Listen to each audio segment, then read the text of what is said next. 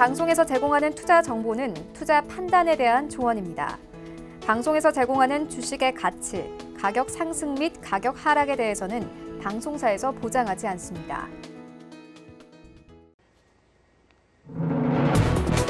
네, 시청자 여러분 안녕하십니까? 어제 우리 증시 양시장 모두 상승 마감했습니다.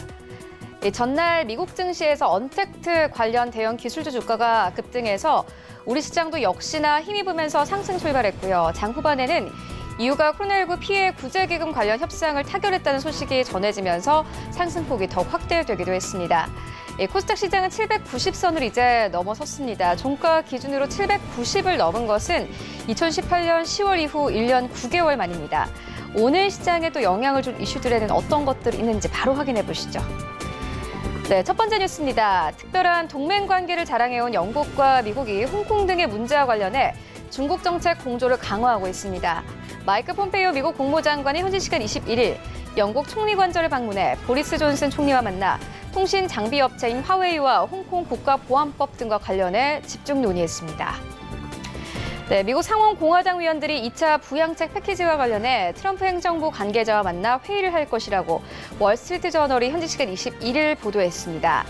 이후 미치 매코넬 상원 공화당 원내대표는 이번 주 공화당 내 통합된 1조 달러 규모의 부양책 패키지를 제시할 것으로 보입니다. 국제 유가는 경기 부양책에 힘입어 위험 자산에 대한 수요가 늘면서 급등했습니다. 상한거래소에서 8월물 WTI는 전 거래일 대비해서 배럴당 2.8% 상승한 41.96달러에 장을 마감했습니다. WTI는 3월 5일 이후 최고치까지 오르면서 마감됐습니다. 네, 뉴욕 증시 3대 지수는 혼조세를 보였습니다. 페이스북과 아마존, 넷플릭스 등 주요 기술주가 줄줄이 떨어지면서 나스닥은 장 막판 나홀로 하락세를 보였습니다. 반면 다우존스 지수는 경기 부양책 기대감에 150포인트 넘게 올랐습니다. 자세한 증시 마감 상황 만나보시죠. 네, 전해드렸듯이 다우존스 지수 빨간불로 거래를 마감했습니다. 0.6%의 상승으로 거래 마쳤고요. 26,840선에서 거래 마감했습니다. S&P 500 지수 만나보시죠. 은행 섹터가 크게 올랐습니다. S&P 500 역시나 마찬가지로 빨간불로 거래 마쳤고 3,257선에서 거래 마감했습니다. 나스닥 지수 만나보시죠.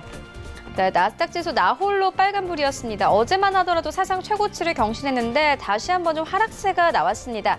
차익 실현 매물들이 좀 대거 쏟아지는 모습이었는데 1% 가깝게 하락하면서 1,700선을 이탈했고요. 1,680선에서 거래 마감했습니다. 어제 우리 증시 마감 상황도 만나보시죠. 네, 1위부터 5위까지 네이버까지는 모두 상승이었습니다. 특히나 전날 뉴욕 증시에서 언택트 관련 업종들이 좀 크게 상승이 나왔기 때문에 네이버 다시 한번 힘 받았습니다. 3% 가깝게 상승했고 27만 원대를 회복했고요. 어제 삼성전자, SK하이닉스 나란히 상승으로 거래 마쳤습니다. 장 초반에는 외국인들이 삼성전자보다는 SK하이닉스를 집중 매수하면서 SK하이닉스가 더욱더 힘을 받았습니다만은 삼성전자 양봉으로 바뀌면서 2% 상승으로 거래 마쳤고요. 55,300원대까지 올라왔습니다. 어제 55,400원대까지 고가 높이기도 했습니다. 네, 셀트리온 0.46% 약보합권에서 거래 마감했고 삼성바이오로직스 같은 경우에는 장이 마감된 이후에 실적을 발표했습니다. 실적이 전년 대비해서 240% 이상 급등했다라는 소식을 전해졌습니다. 오늘 함께 좀 힘받을 것으로 보여지는데 함께 참고해 보시면 좋을 것 같습니다. 여기부터 10위까지도 만나보시죠. 어제 2차 전지 관련 종목들도 일제히 급등이었습니다. LG 확 4% 가깝게 오르면서 53만 1,000원대, 그리고 삼성 SDI도 마찬가지로 2% 이상 급등했습니다. 카카오도 마찬가지로 네이버와 비슷한 흐름 보였는데요. 2% 가깝게 상승 흐름 나오면서 31만 6천원대에서 거래 마감했습니다. 네, 그리고 지난주에 계속해서 급등했던 현대차 어제장에선 좀 쉬어가는 분위기였습니다. 12만 1,500원대에서 거래 마감했습니다. 코스닥 시장으로 함께 가보시죠. 네, 1위부터 5위까지 시즌 다시 한번 상승이 나왔습니다. 6% 넘는 급등세 나타내는데 계속해서 실적에 대한 기대감 나오고 있습니다. 18만 9,300원대, 그리고 HLB도 어제 4% 이상 급등을 보였고요. 제약이 이제 4위권까지 밀린 모습 확인할 수 있습니다. 이와 함께 알테오젠 5위권 5% 가깝게 급등하면서 29만 9,600원에 거래 마감했습니다. 6위부터 10위까지 만나보시죠. 어제 코로나19 수혜주들이 다시 한번 상승 흐름이 나온 가운데 가운데 에코브루 BM은 1% 가깝게 상승으로 거래 마쳤고요. KMW 지난주까지는 계속해서 급등 흐름이었습니다. 하지만 어제장에서 경기 민감주들은 좀 쉬어가는 분위기였습니다. 약보합권 71,300원대 그리고 CJ ENM 1% 넘게 상승하면서 SK 머트리얼즈 제치고 다시 한번 8위권까지 진입됐습니다. 12만 원대 다시 한번 좀 진입이 되는 모습이었고 펄어비스가 이제 10위권까지 빠진 모습 확인할 수 있습니다. 20만 원대를 이탈하면서 거래 마감했습니다. 코인들의 흐름들 만나보시죠. 네, 비트코인부터 함께 보시면은 이 1,100만 원대 그리고 이더리움도 마찬가지로 29만 원대에서 거래되고 있습니다. 전반적으로 좀 보합권에서 거래가 되고 있는 상황이고 이외의 코인들 만나보시죠. 네, 이외의 코인들 오미가세는 0.1% 약보합권, 이더리움까지 에메랄드 이더까지 지금 전반적으로 좀 보합권에서 거래가 되는 가운데 에메랄드 이더 1%의 하락세로 거래되고 있습니다. 이외의 코인들 만나보시죠. 네, 리플부터 함께 보시면 약보합권, 라이트코인도 약보합권에서 거래가 되고 있고요. 모네로가 1% 넘는 낙폭 키우면서 현재 거래가 되고 있습니다. 출발 증시 와일드 지금 출발합니다.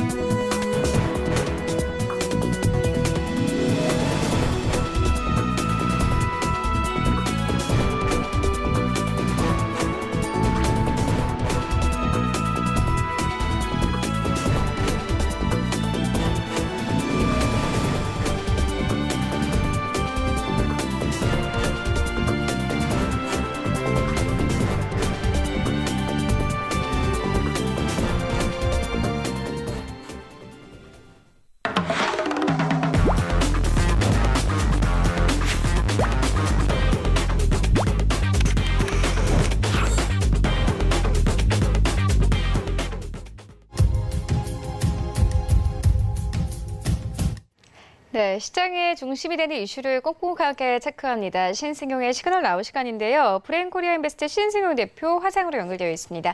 안녕하십니까? 네, 안녕하십니까? 네, 먼저 간밤 뉴욕 증시 이 상황부터 짚고 가도록 하겠습니다. 나스닥 지수만이 1% 가깝게 낙폭 키우면서 거래 마감했습니다. 대형 기술주들의 이 매물 출회로 좀 하락세가 나왔는데 간밤 시장 상황 어떻게 보셨습니까? 네, 일단 미국 증시 어제 사실상 긍정적인 어떤 그 흐름이, 장중 내내 좀 지속되는 그런 모습이었지만 장 후반으로 갈수록 조금은 좀 변동성이 커지는 그런 모습이었다라는 점.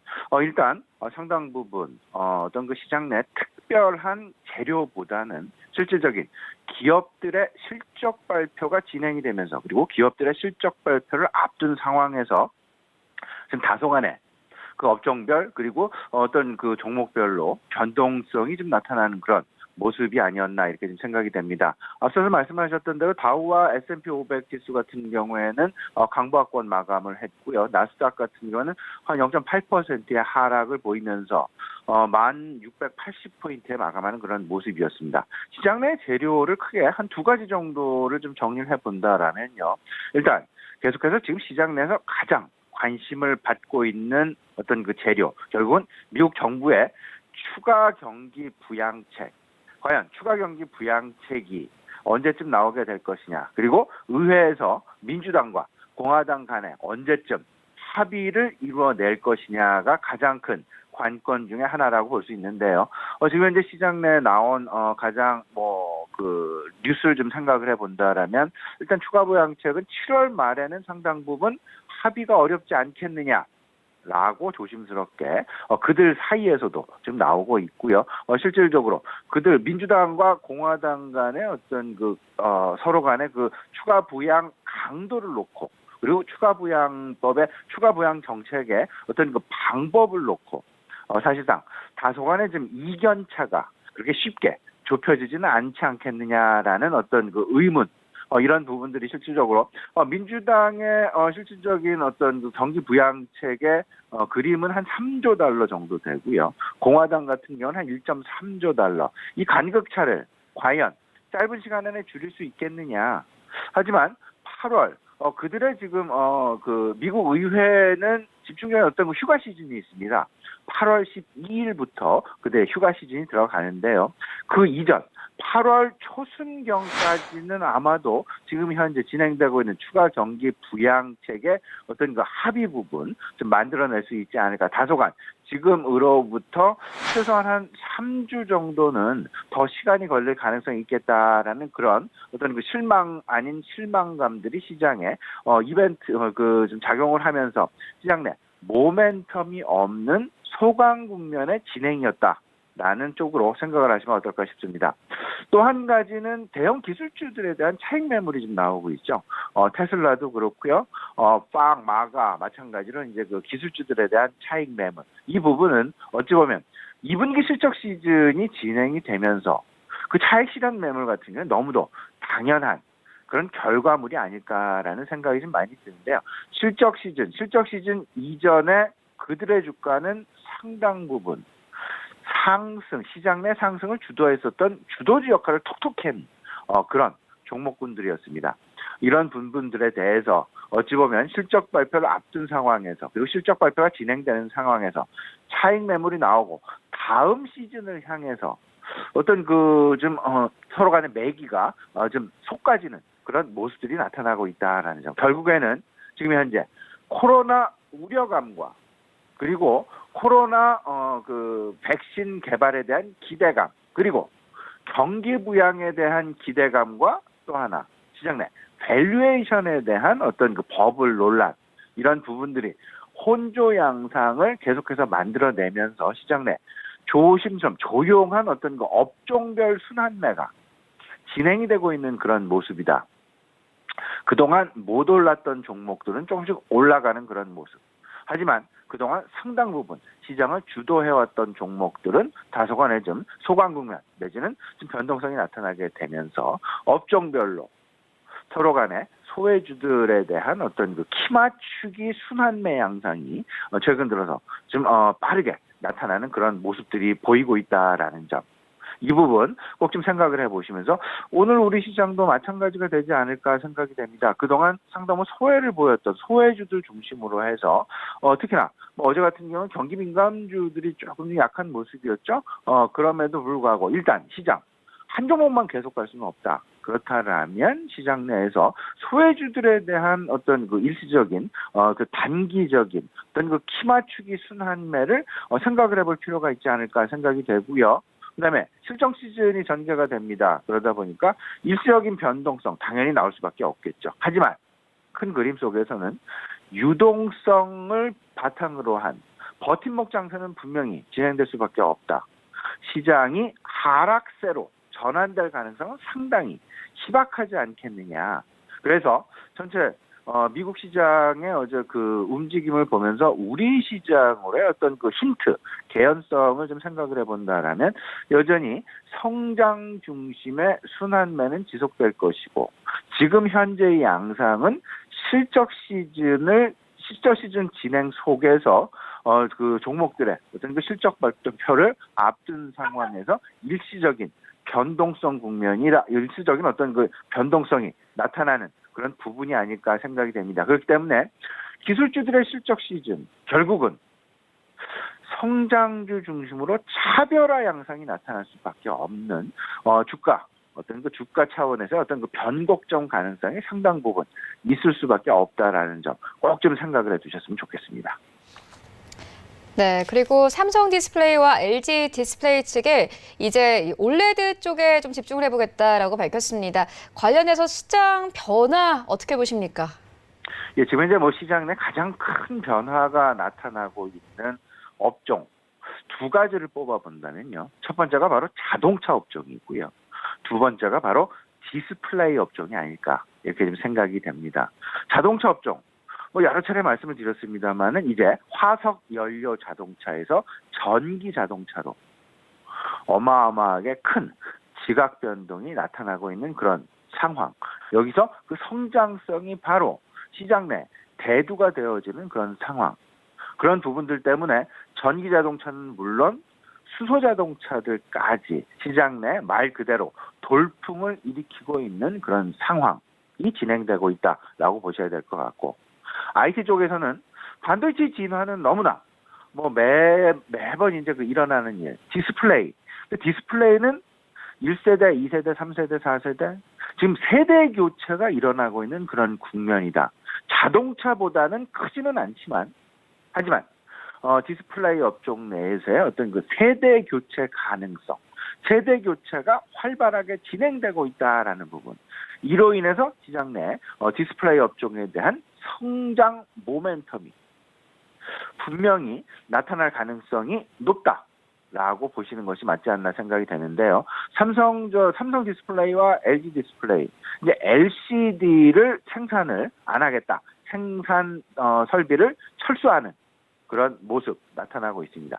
올해 말이면 이제 우리나라 기업들은 LCD를 생산을 안 한다라고 보셔야 될 것 같고, 그런 부분들이 결국은 자연스럽게 OLED, OLED 쪽으로 세대 교체가 이루어지면서 OLED 관련주들에 대한 관심, 그리고 전반적인 디스플레이에 대한 관심을 분명하게 가져갈 국면에 돌입하고 있다라는 부분. 지금 이제 우리나라 LCD 같은 경우에는요, 이미 LCD 생산 비중은 상당 부분 글로벌 시장 점유율을 보면 낮아져 있습니다.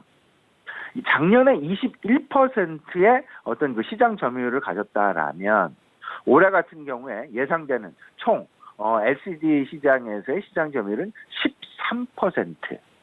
근데 그 빈자리를 중국이 다 메꾸고 있다라는 얘기죠. 예를 들면 BOE라는 중국의 디스플레이 회사는 LG 디스플레이나 삼성 디스플레이를 합한 13%보다 높은 20%의 시장 점유율을 확고히 가지고 있는 그런 회사. 그렇기 때문에 LCD는 이제 더 이상 우리 기업들의 성장 잠재력, 성장 모멘텀이 아니라 이제 버리는 종목이 되었다.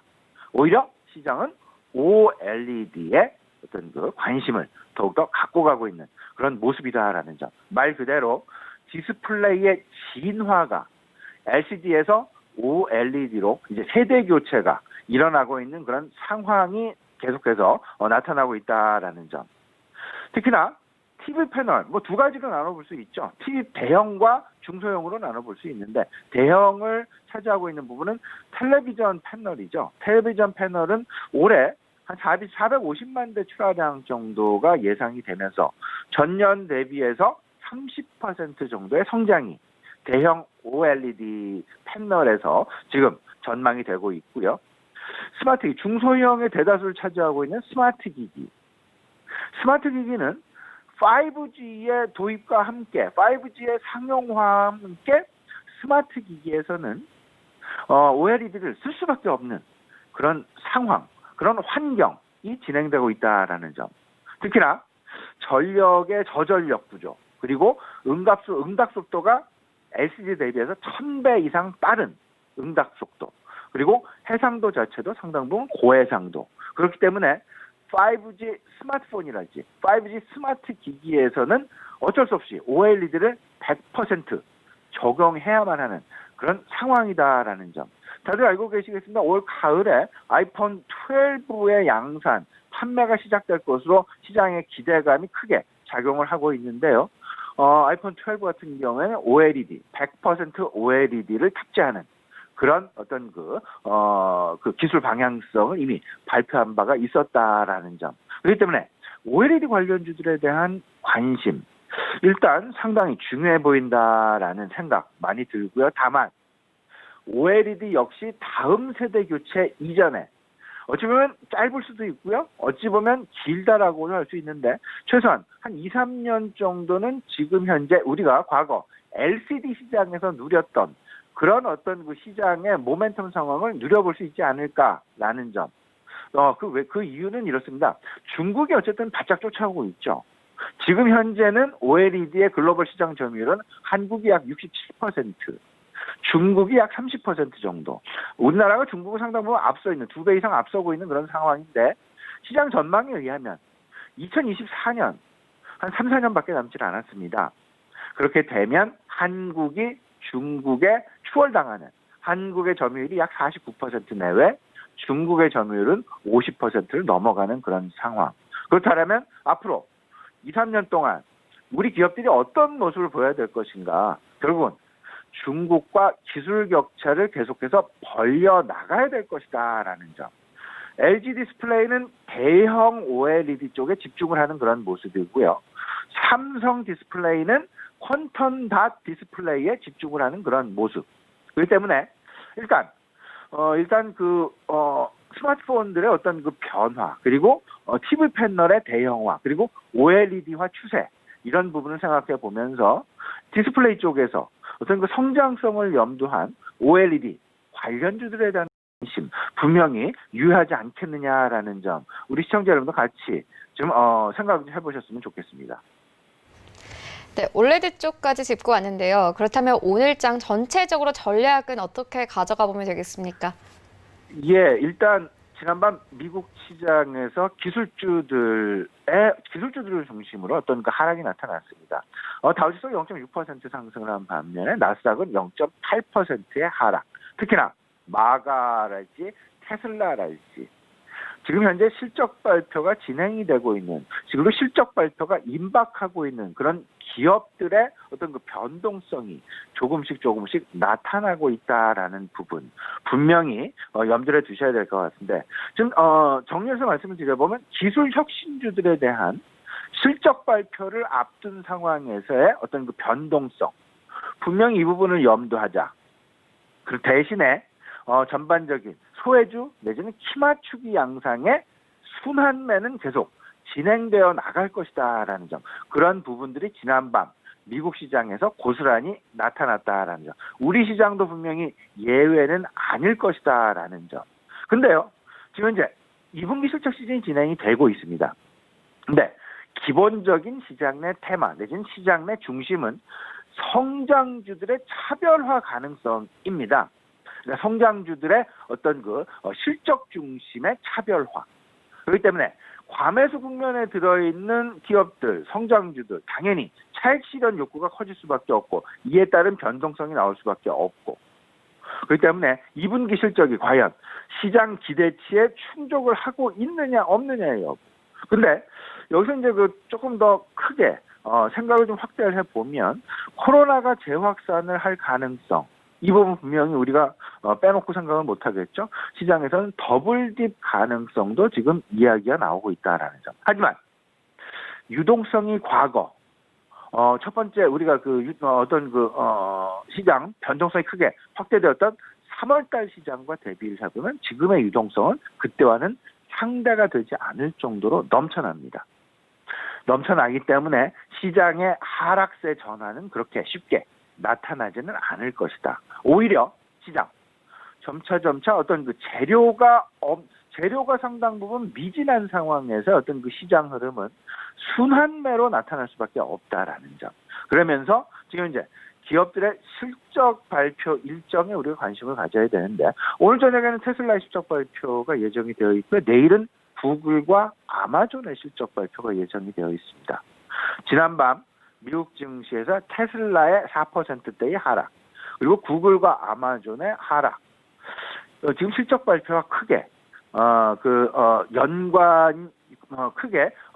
실적 발표와 상당히 밀접하게 연관이 되어 있다라고 보셔야 될 것 같고, 실적 발표 시즌이 지난 이후 다시금 시장은 이런 기술 혁신주들에 대한 관심 가져갈 수밖에 없는데, 근데 달라지는 게 있겠죠. 분명히 차별화를 보이면서 성장주들로의 매기가 집중될 가능성이 높다. 그렇게 되면서 중국의 경기 반등도 지금 가시화 국면에 들어갔습니다. 그러다 보니까 전체적으로 경기 민감주들, 상대적으로 덜 오른 경기 민감주들에 대한 어떤 지금 같은 소강 국면에서의 기술주들의 변동성 국면에서의 대안으로 경기 민감주들과 중국 관련주들이 떠오를 가능성이 있다라는 부분 염두에 두시면서, 하지만 큰 흐름에서는 기술 혁신주들을 놓고서는 시장의 진행은 어렵다라는 점.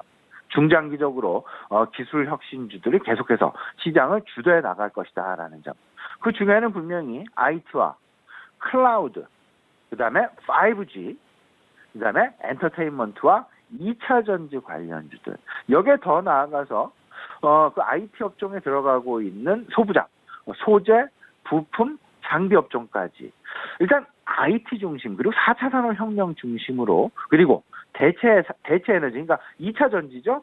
이 부분 중심으로 해서 시장 포트폴리오, 나의 포트폴리오 굳건히 가져가야 되겠다라고 다시 한번 말씀을 좀 드립니다.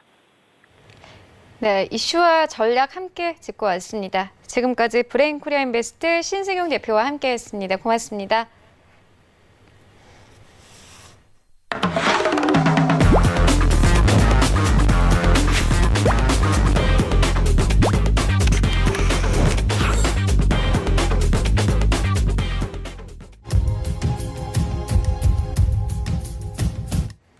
네, 이번에는 국내 시장 쟁점 함께 분석해 보도록 하겠습니다. 라이브 이슈 타임인데요. KTB 투자증권 이성훈 과장 전화 연결되어 있습니다. 안녕하십니까? 네, 안녕하십니까? 네, 어제 우리 시장, 양시장이 모두 강하게 힘을 받았습니다. 좀 특징적이었던 부분은 수급인데 어제 보니까 외국인이 4천억 원 넘게 좀 매수를 했습니다. 앞으로의 시장 방향성 어떻게 보고 계십니까? 네, 오랜만에 외국인들의 큰 매수세가 들어오면서 지수 2200선을 회복한 모습 보여주었는데요. 우선 이번 주 증시 같은 경우가 어떻게 보면은 약간의 시장 어제 많이 올랐다고 하더라도 당분간 이런 상승세가 지속되는 것보다도 증시가 약간 좀 관망하는 주기로 좀 가지 않을까 이렇게 판단이 되고 있습니다. 우선 종목과 업종별로 차별화된 증시가 이어질 가능성이 크다라고 볼 수 있겠고요. 또 반도체와 운송, 이 IT 가전, 이 화학 업종처럼 어떤 그 펀더멘탈에 다시 살아나고 있는 그런 종목들과 업종들한테 관심을 가져야 되는 게 맞지 않을까 이렇게 좀 생각이 되고 있습니다. 우선 그 2분기 실적 시즌이 본격적으로 되는 현재 상황인데요. 현재 시점에서는 대형 경기 민감주 내에서도 이 또 5월에 또 경험했었던 낙폭 과대 업종의 힘맞추기와 또 차별화된 그런 장이 펼칠 것으로 보여지고 있고요. 그렇기 때문에 말씀드렸던 어떤 펀더멘탈 주와 함께 과대 낙폭했었던 종목들도 한번 관심을 가져야 되지 않을까 생각되고, 또 이제 코로나19 충격으로부터 어떤 이 회복하는 구간은 지금 지난 상태인데요. 우선 성장성이나 펀더멘털에 맞춰야 지금 현재 포트를 짜야 되는 게 맞지 않을까 이렇게 좀 판단이 됩니다. 우선 전 세계적으로 봤을 때도 코로나19 신규 확진자 수는 계속 늘고 있습니다. 그렇기 때문에 어떤 그 일부 회복됐던 이제 경기 지표가 다시 위축될 수 있는 상황은 맞다라고 볼 수 있겠고요. 그렇기 때문에 외국인들의 현재 어떤 수급 같은 경우에는 최근에 선진국의 자금이 이 신흥 아시아 쪽으로 들어오는 걸로 지금 판단이 되고 있고요. 특히 이제 이 신흥 아시아 쪽 같은 경우는 이 외국인 그 글로벌 유럽과 미국 증시가 약간의 밸류에이션 부담이 있기 때문에 차익 시장 후에 좀 들어오는 것으로 좀 판단이 되고 있습니다. 그리고 지금 현재 글로벌 경기 지표가 서프라이즈가 지금 이어지고 있는 상태인데, 말씀드렸다시피 신규 확진자 수가 늘어서 이 경기 지표가 위축될 수 있다는 우려감이 시장에서 아직까지 있다라고 볼 수 있겠고요. 그렇기 때문에 글로벌 증시 같은 경우에도 약간 키 맞추기 장세, 그러니까 유럽과 미국 쪽에 대해 자금이 우리나라 쪽으로 들어오는 모습은 장기적으로 수급적인 면에서는 있을 수 있다라고 생각이 됩니다. 그렇기 때문에 지금 현재는 어떻게 보면은 유럽과 미국 증시보다는 이 우리나라 포함한 아시아 증시 쪽에서의 어떤 수익이 단기적으로 좋을 가능성이 있다라고 좀 생각이 되고 있고요. 우선 여러 가지 글로벌 외부 변수가 좀 많기 때문에 시장은 좀 차분하게 지켜보는 전략이 제일 좋지 않을까 이렇게 보입니다. 네, 이어서 다음 이슈로 옮겨가 보도록 하겠습니다. 국제 은값이 온스당 $20를 넘어서면서 4년 만에 최고치에 도달을 했습니다. 앞으로의 투자 전망 어떻게 보십니까? 네, 지금 뭐 금값이 아니라 은값이죠. 은값이 4년 만에 처음으로 말씀하셨듯이 $20 넘어서 최고치에 좀 도달했는데요. 역시 뭐 코로나19에서 비롯된 이 불안감이 아직 해소되지 않으면서 이 은과 같은 안전자산의 투자 수요를 좀 높였고요. 뭐 주요국들이 이제 막대한 규모로 돈을 지금 푼 현재 상태에서 이 화폐 가치 하락을 대비한 인플레이션 해지 수요도 이 은값을 계속해서 지지해주고 있다라고 생각이 되고 있습니다. 올 하반기에 은 가격의 추가 상승을 전망하는 전문가들도 많다라고 볼 수 있겠고요.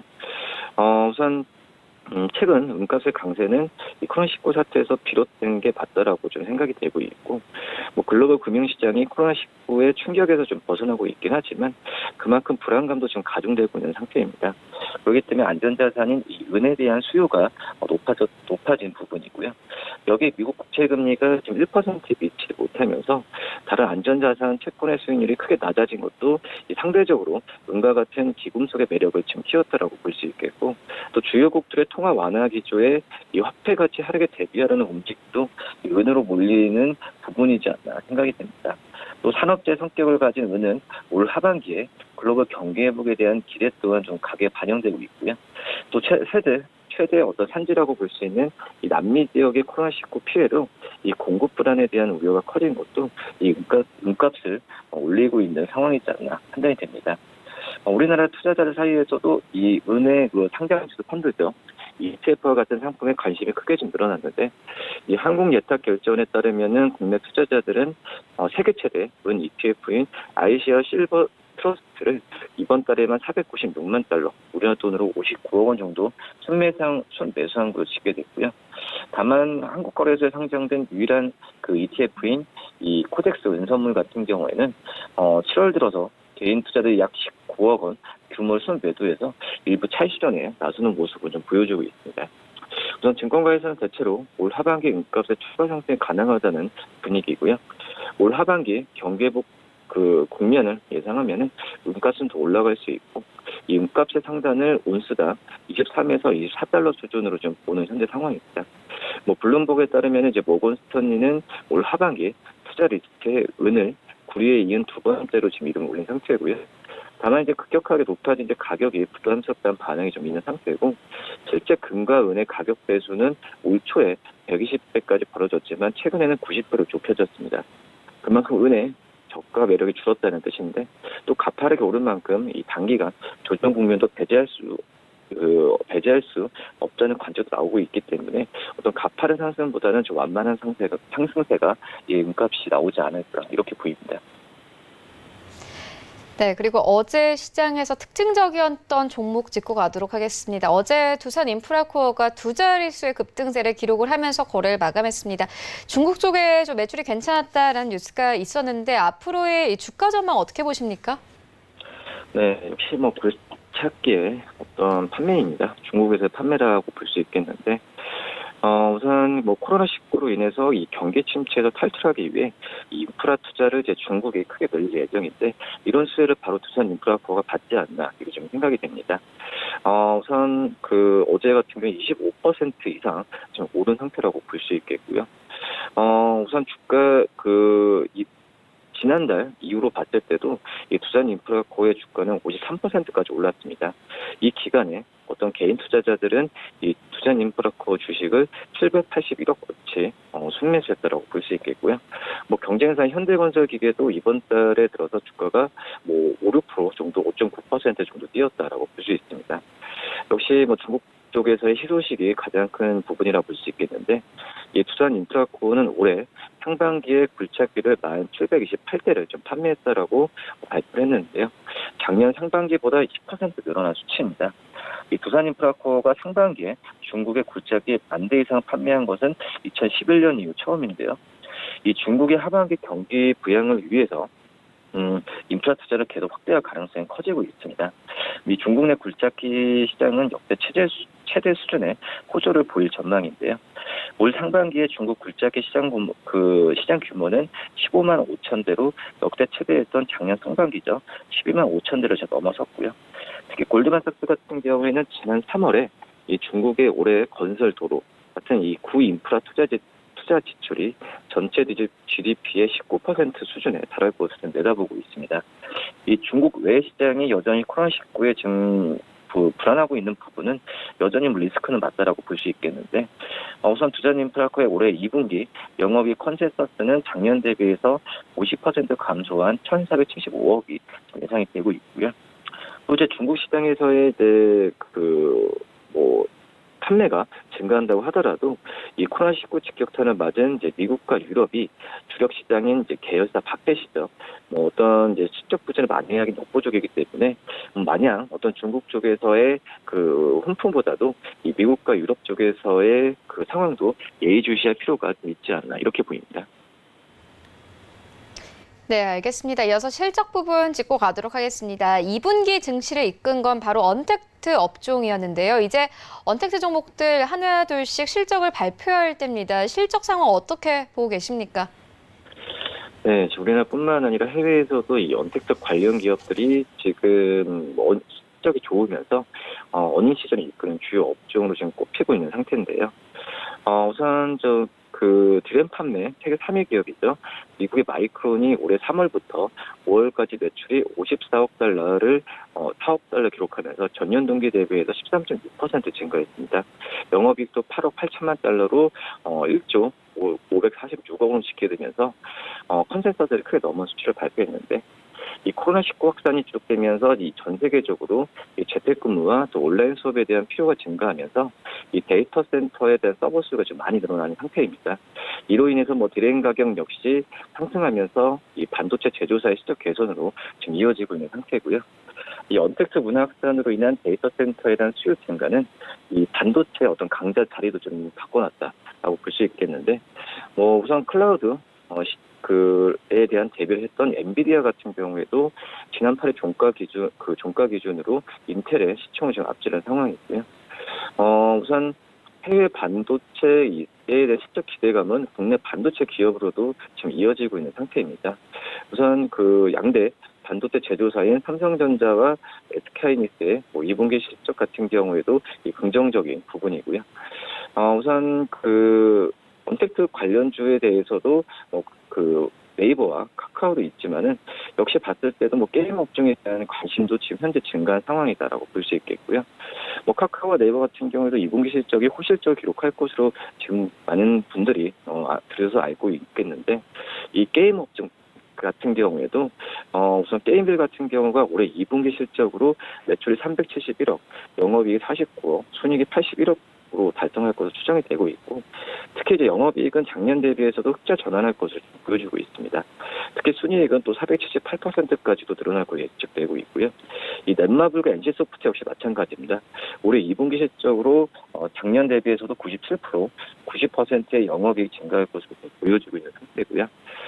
우선 지금 미국 증시의 변화를 감안하면은 우리나라 증시 또한 지금 실적 개선 기대가 많이 높은 언택트 관련주의 강세가 당분간 이어지지 않을까 판단되고, 여기에 테슬라 아시다시피 테슬라의 3분기 사상 최대 판매를 얘기가 나와주고 있는데, 그렇기 때문에 이제 관련 업종에 대해서도 이 어떤 전기차 관련주도 관심 있게 보는 게 맞지 않나 이렇게 좀 판단됩니다. 네, 알겠습니다. 지금까지 KTB 투자증권 이성훈 과장과 함께했습니다. 고맙습니다. 네, 감사합니다.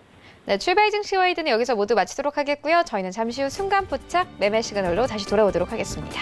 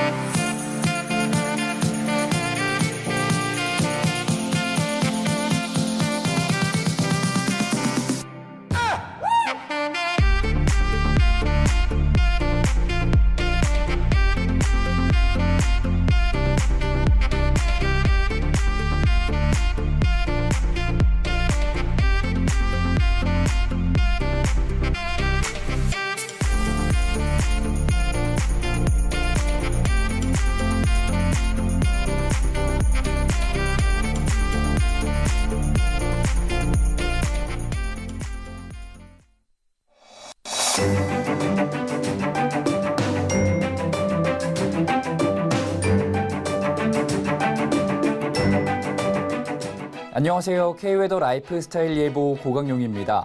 밤사이 남부지방을 중심으로 비가 세차게 쏟아졌습니다. 현재도 경기 남부와 충청 이남을 중심으로 비가 오고 있는데요. 많은 양의 비가 내린 영남 내륙과 남해안 지역에는 오늘 새벽을 기점으로 호우특보가 발효된 곳이 많고요. 이들 지역에는 오늘 오전까지 시간당 30에서 50mm의 매우 강한 비가 내리겠습니다. 저지대나 농경지 침수 피해가 없도록 시설물 관리와 안전사고에 각별히 유의하셔야겠습니다.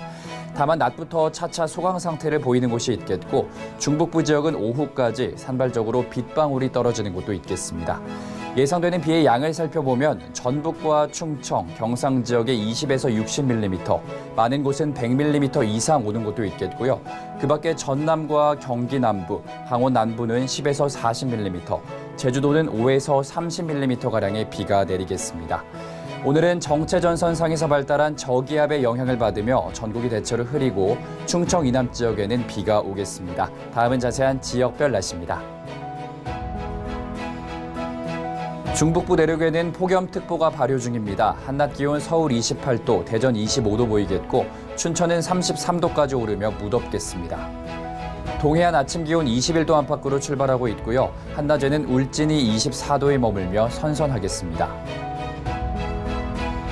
남부지방 어제보다 기온이 크게 내려가겠습니다. 한낮 기온 전주가 25도, 대구는 26도에 머물며 어제보다 5도에서 6도가량 낮겠습니다.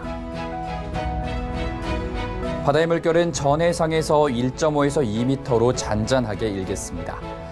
목요일과 금요일 사이 전국에 비 소식이 들어있고 비가 내리는 동안 더위는 잠시 주춤할 것으로 예상됩니다.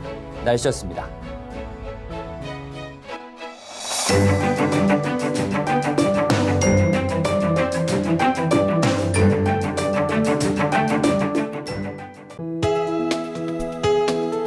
본 방송에서 제공하는 투자 정보는 투자 판단에 대한 조언입니다. 방송에서 제공하는 주식의 가치, 가격 상승 및 가격 하락에 대해서는 방송사에서 보장하지 않습니다.